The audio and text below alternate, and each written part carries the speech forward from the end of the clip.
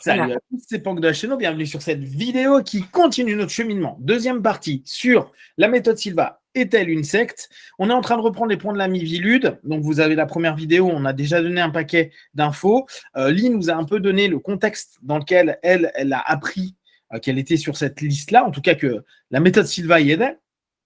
Et là, notre objectif est de vous partager un petit peu au travers de ce qu'on connaît de la méthode, de ce qu'on a vu, de la manière d'enseigner et autres, si éventuellement, dans leurs critères, il y a des critères où on pourrait y répondre, parce que il faut toujours se poser des questions, il faut toujours s'interroger. Et là, pour l'instant, on n'a pas matché sur quoi que ce soit. On n'a pas croisé quelque chose qui pourrait correspondre. On continue. Engagement exclusif pour le groupe. Bon. Alors, exclusif, hein, parce que là, il y a la notion exclusive. La méthode Silva, de moi, ce que je connais, il ne vous court pas du tout après, hein, c'est ce que je disais sur la fin de précédente vidéo. On fait parfois des rencontres des anciens, d'accord, des diplômés. Mais ce n'est pas le nombre qu'on en fait par an qui va vraiment créer quelque chose d'hyper important. Est-ce que tu vois un côté où la méthode, est-ce que tu as l'impression qu'il y a des relances? Même toi, est-ce que tu as vécu des espèces de relances depuis les États-Unis, sachant qu'en plus, toi, tu es directrice France? Est-ce que tu as l'impression qu'on te demande un engagement exclusif pour le groupe? Je suis en train de réfléchir dans l'histoire. On t'a toujours laissé libre de faire ce que tu veux. Oui, nous organisons notre propre pays, nos propres instructeurs. Ouais. On envoie les rapports. On suit quand même certaines règles dans le contrat, mais c'est tout à fait normal. C'est un contrat, mais là derrière, tu oui, mais c'est un contrat business, quoi. Ouais. C'est un contrat business. Oui. Je suis en train d'enseigner la méthode Silva et justement, officiellement, j'ai le droit et j'envoie des droits d'auteur à Silva, ce qui est aussi normal. Et voilà. Oui. D'ailleurs, tu me disais, là, on en parlait pour le sport. On vous prévient, on va avoir Ed bientôt, dans une dizaine de jours. On va avoir Ed à nouveau. On va tenter de parler sport. Mais tu as vu, là, il me faisait déjà des esquives comme s'il ne voulait pas trop en parler. On va voir ce que ça va donner. Et donc, on vous avait parlé, j'arrive pas à me souvenir du nom de ce Sport Superstar, c'est ça? Le nom du programme? Super Athlete, non? Super Athlete, oui, c'est ça, ouais. Super Athlete. En fait, il a changé de nom à plusieurs reprises. Ouais.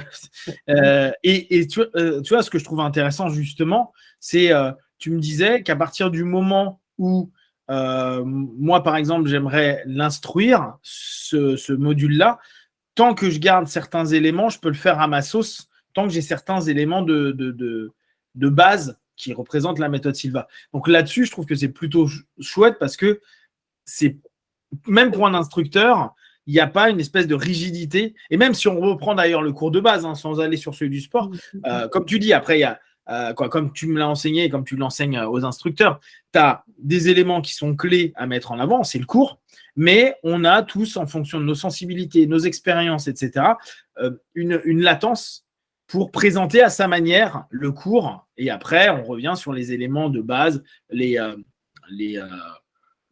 toutes les mises en trans, les mises en alpha avec les suggestions, etc. Ça, c'est prédéterminé. Mais tout le reste, c'est quand même souple. Donc, il n'y a pas cette notion à devoir mordicus, suivre quelque chose. D'ailleurs, la dernière fois que je suis passé, où tu m'as demandé de présenter quelque chose, où j'ai fait le miroir de l'esprit, et tu me disais, ah bah tiens, tu as des choses que tu dis que moi, je ne dis pas. Et je trouve que ça, c'est intéressant. Parce que ça prouve que chaque instructeur amène un peu ce qu'il est, ce qu'il pense, son expérience. Et c'est pas figé, hormis après, comme je dis, le travail purement de mise en alpha et après de suggestions qui sont toujours les mêmes, qui sont des routines en fait, des routines de travail. Donc bon, là-dessus, sur cette notion d'engagement exclusif pour le groupe, alors, tu vois, je cherche, je me dis, éventuellement, tu vois, je suis en train de me dire, et d'ailleurs, ça t'a fait rire, c'est Alex, Alex qui est un peu comme ça et qui à un moment disait, moi je veux pas entendre parler de PNL dans la méthode Silva. À la limite, ça c'est, on pourrait se dire, voilà, que la méthode Silva. Mais Laura, donc fille quand même de José, est la première à avoir rajouté plein de PNL dans sa pratique et dans les nouveaux cours qu'elle a proposés avec la méthode Silva. Donc voilà, mais à la limite. Moi, j'étais formée en 88.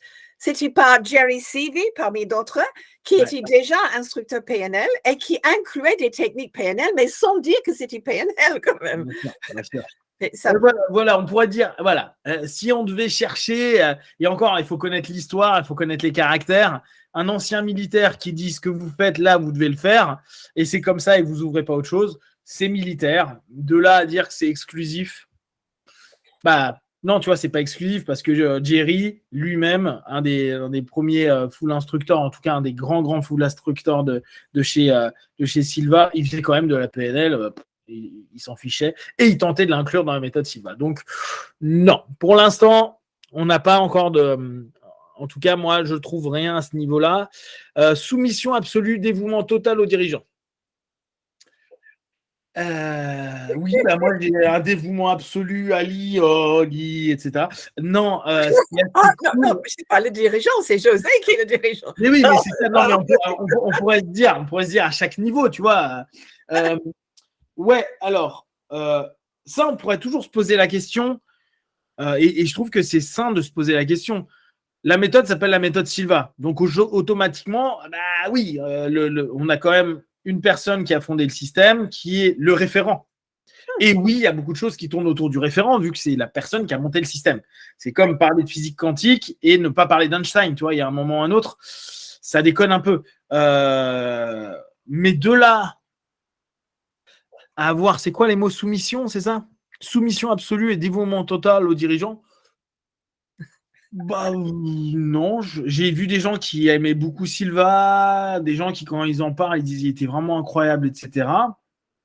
J'ai vu des vidéos de certaines conventions, mais je n'avais pas l'impression. Il y avait des gars qui balançaient des blagues avec José, je pense, qui était assez à proximité. Non, je vois pas un culte de la personnalité. Même si la méthode, on pourrait se dire, méthode Silva, José Silva, etc. Mais je perçois pas un culte de la personnalité. En fait, José lui-même détestait quand lui fait comme ça. Ouais. C'est pour ça qu'il disait toujours non, c'est pas moi, c'est toi qui l'as fait pour toi-même. Donc, pour José, c'était pas lui, c'était sa méthode. Pour lui, c'était la méthode qui était précieuse, mais surtout pas sa propre personnalité, etc. Ouais. D'ailleurs, c'était un chercheur, tu vois, c'est ça qui est. C'est quelqu'un qui cherchait beaucoup. Et tu vois, je pense qu'il y a un exemple qui peut être sympa là-dessus, qui prouve à quel point le mec, il n'était pas figé et pas égocentré. Parce que souvent, le culte cette notion de soumission totale et tout, c'est un culte de la personnalité, c'est un ego et un narcissisme démesuré.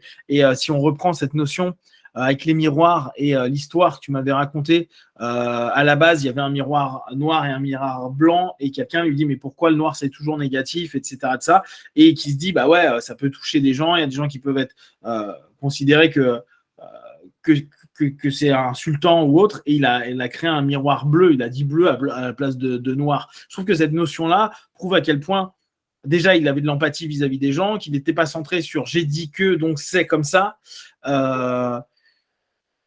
Non, en tout cas,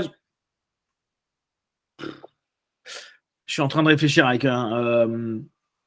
même Ed, qui adore José. Oui. Le boss, tu vois. Si quelqu'un est un peu sujet sectaire, c'est Ed, parce que pour lui, the chief said it. Exactement. Oui, il a adoré Silva, oui. Il a adoré Silva, mais en même temps, Silva lui a changé la vie, lui a donné de quoi bosser dans le truc. Oui. Ouais, j'allais dire, c'est plus un grand mentor et quelqu'un qui l'adore. Mais de là, ouais, en tout cas, c'est pas quelque chose que j'ai ressenti. Alors, dans les générations actuelles, tu le sens encore moins, parce que José est mort en 99. Silva, ça reste un nom même lointain, tu vois. C'est comme dans les arts martiaux, tu parles de Jigoro Kano au judo, c'est le fondateur du judo, ouais, super, voilà. Personne s'en fout, en fait. Je le vois plus comme ça. Perte d'esprit critique.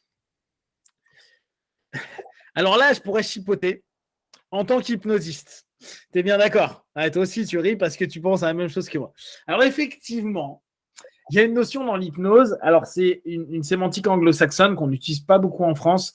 Je vais reprendre la définition de Jerry Kahn, qui est l'hypnose et le contournement du facteur critique. Il ne parle pas d'esprit critique, il parle de facteur critique. C'est plus technique, mais quand on lit ça, nous, en tant qu'hypnotistes, on peut se dire, je vois ce qu'ils veulent dire, et effectivement, contourner le facteur critique pour donner des suggestions positives, c'est la base de l'hypnose. Maintenant, là, dans le cadre dans lequel c'est dit, c'est l'esprit critique, c'est la capacité à prendre de la distance, à critiquer, à juger, à jauger les choses et à dire c'est bien ou c'est pas bien.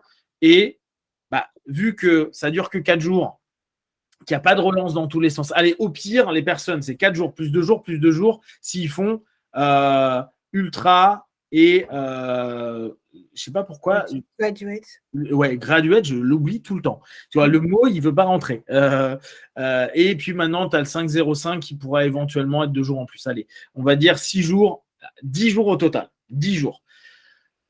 On n'est pas sur une répétition toutes les semaines ou tous les 15 jours, vous devez faire ça, on est là, on est là, on est là. C'est vraiment, si dans toute ta carrière, Sylva, tu as fait 10 jours, après, bien sûr, on pourra dire, tu peux revenir aux sessions, tu peux répéter, etc. On en parlera après au niveau de l'argent. Voilà. Mais factuellement,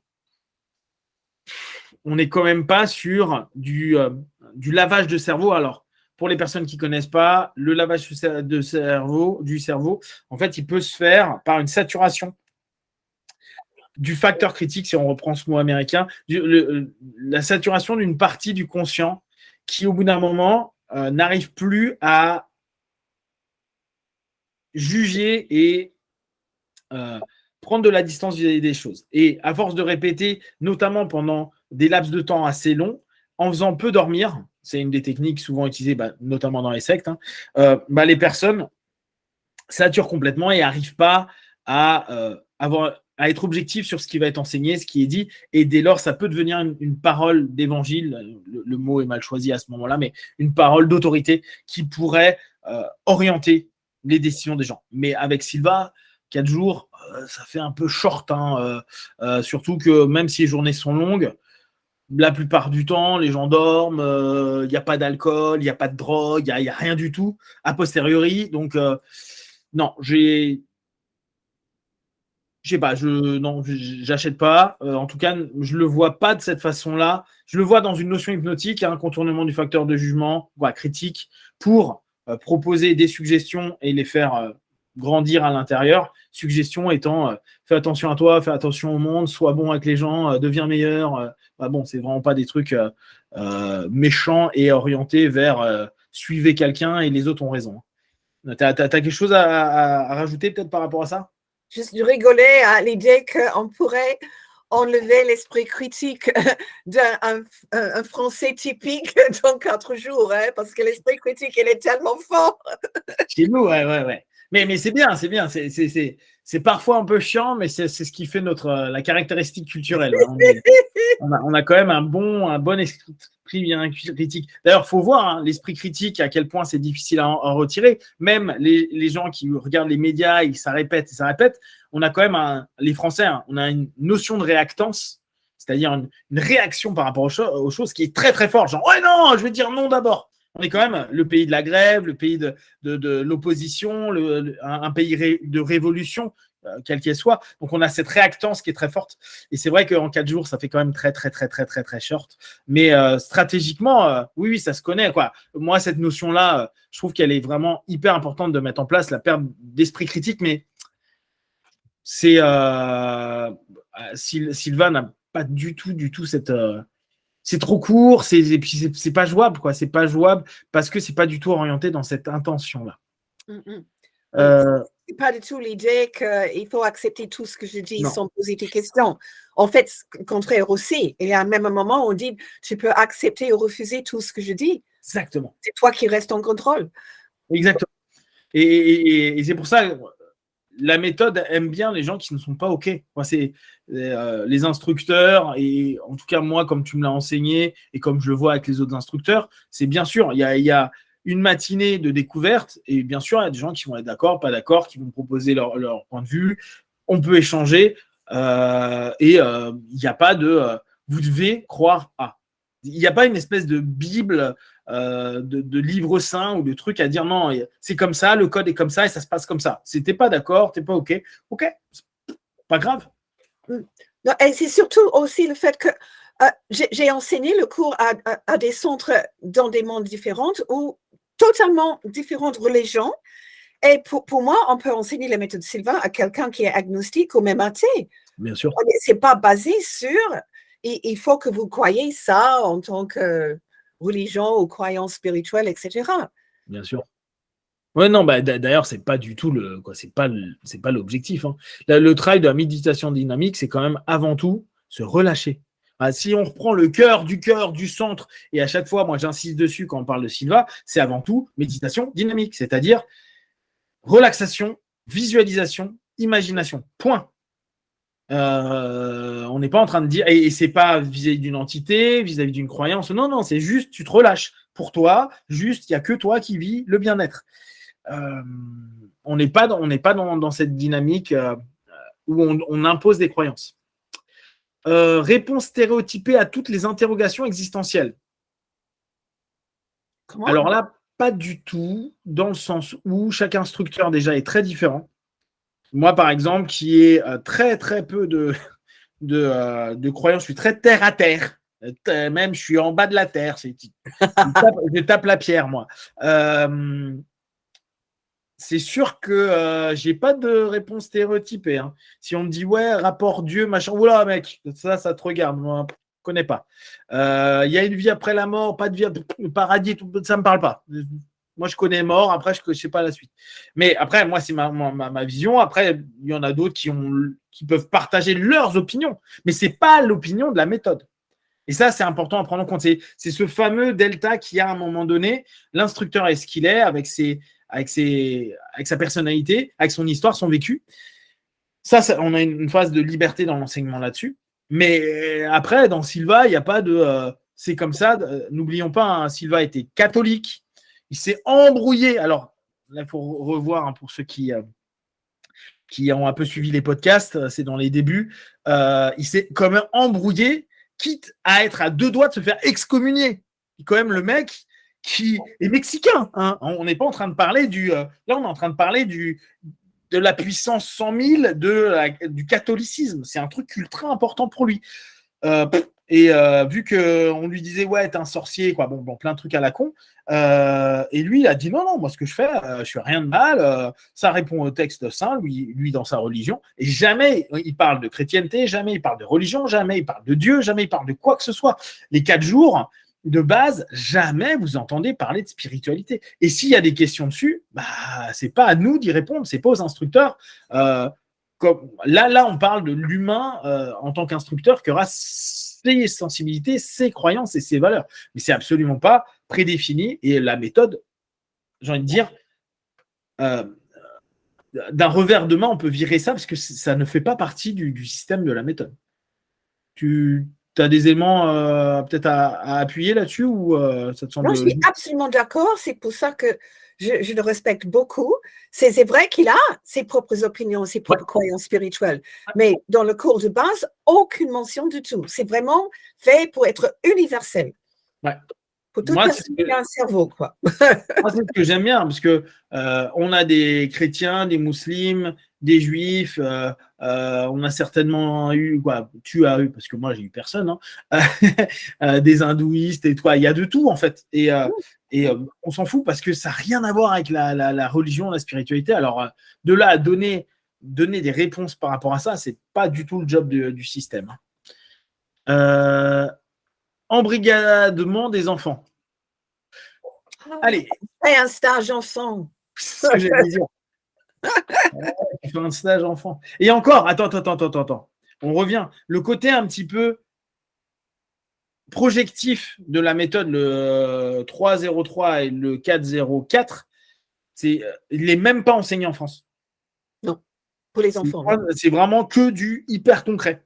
Voilà. Et mieux dormir, mieux te concentrer, mieux réussir, mieux imaginer, mieux de se souvenir. Voilà. Alors là, le côté pour les enfants, c'est encore même plus basique. N'oubliez pas, hein, alors pour ceux qui ne connaissent pas, Silva, il avait commencé à travailler l'auto-hypnose et des travaux un peu en psycho pour faire en sorte que ses enfants soient de meilleurs élèves et de meilleurs résultats et réussissent mieux dans l'enseignement et dans leur vie de façon générale. C'était ça à la base. C'est après où il est parti sur tiens, ma fille a des feelings, il y a des choses étonnantes, qu'est-ce qui se passe, pourquoi elle se met dans cet état-là, pourquoi elle est capable de ressentir ceci, me dire cela, etc. etc. Mais factuellement, c'était pour juste que les enfants soient mieux et réussissent mieux. Donc non, là, non. Et puis, je t'ai jamais entendu dire ramenez vos enfants. Non. Non, non, non. Déjà, il n'y a pas assez de cours pour enfants.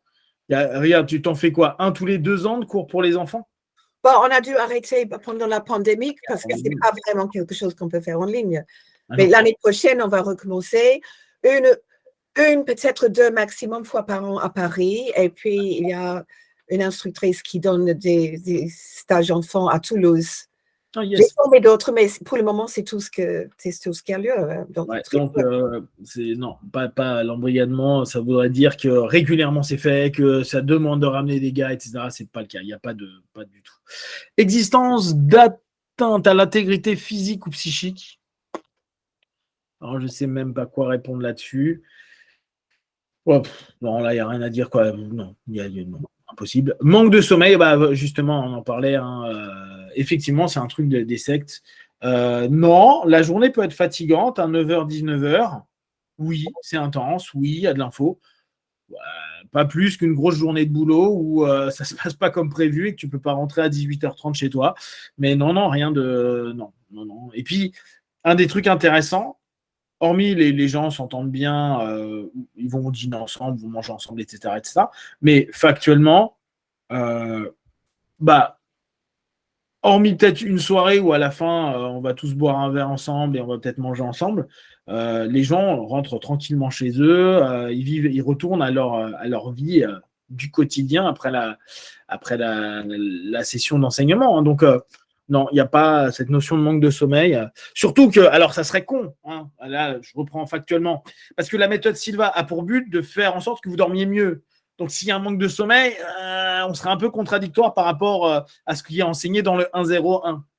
Ça voudrait vraiment dire que le truc là marche pas et ça voudrait dire que depuis 70 ans, un truc est enseigné qui marche pas, ça paraît un peu bizarre. Ça peut arriver, hein, mais c'est pas le but. Alors, dérive concernant les biens. Là, il n'y a pas 50 trucs, mais je sais qu'il y en avait un qui m'intéressait. Acceptation d'exigences financières de plus en plus fortes et durables. Alors, on revient. Hein. Moi, je suis hypnotiste. J'ai fait de la PNL. J'ai fait plein de psychothérapie, de formation en psychothérapie et tout. Les formations, ça revient très, très cher. Hein. 4 jours. 4 jours, ça peut vite revenir cher. C'est combien? C'est 500 € la méthode. 500 à Paris, 450 en province. Pour 4 jours. Oui. 4 jours. Ce qui est que dalle. Hein. Là, moi, je viens de faire un séminaire en Belgique et vu que ça fait longtemps qu'ils m'ont payé, mais globalement, moi, par exemple, avec mes cours d'hypnose, mes cours d'auto-hypnose, etc., je suis pour 3 jours, je suis à presque 700 €. 3 jours. Hein. Et je suis pas cher. Donc autant vous dire qu'il y en a, c'est vraiment, vraiment beaucoup, beaucoup plus cher.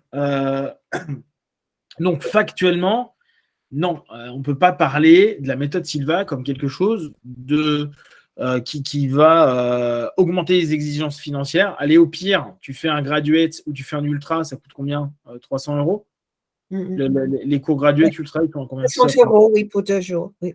Voilà. Ça fait quand même pas énormément. On peut répéter pour 10 € par jour. Et voilà. Et autre chose, c'est que il y a chez nous en France cette chance de pouvoir répéter le cours si on a envie pour 10 € par jour. En gros, tu peux refaire le stage pour 40 €. Et jusqu'à 2012, c'était gratuit. C'était gratuit. Ouais, c'était gratuit. Donc, pendant la période où on était supposé être une secte, on pourrait répéter gratuitement. Et tu sais quoi? Quand une fois que la rumeur commence, c'est très difficile à dire quelque chose contre eux. Parce qu'il y avait quelqu'un qui est en train de dire, non, mais vous demandez beaucoup d'argent, etc., etc. Quand j'ai dit, mais on peut revenir répéter gratuitement, elle répond, ah, ça c'est la preuve que vous êtes une secte. Parce que vous demandez rien pour qu'ils reviennent et vous voulez qu'ils restent uniquement avec vous. Vous voyez, n'importe quel argument on prend, c'est toujours pris comme la preuve. Ah, ça veut dire que vous êtes les méchants. Oui, mais ça, c'est un élément de rhétorique. Hein. Et à la limite, je peux comprendre ce que la personne veut dire, mais en même temps, on est bien d'accord que les sectes, d'une manière ou d'une autre, il faut qu'il y ait du pouvoir, de l'argent. Il faut avoir du pouvoir sur les gens ou de l'argent. Et souvent, le pouvoir doit amener de l'argent, en fait. Il y a quand même l'argent qui est quand même un des cœurs ou le pouvoir que tu vas avoir sur les gens. Vu que tu vois les gens que 4 jours, j'ai envie de te dire, c'est pas hyper bénéfice en termes de pouvoir sur les gens.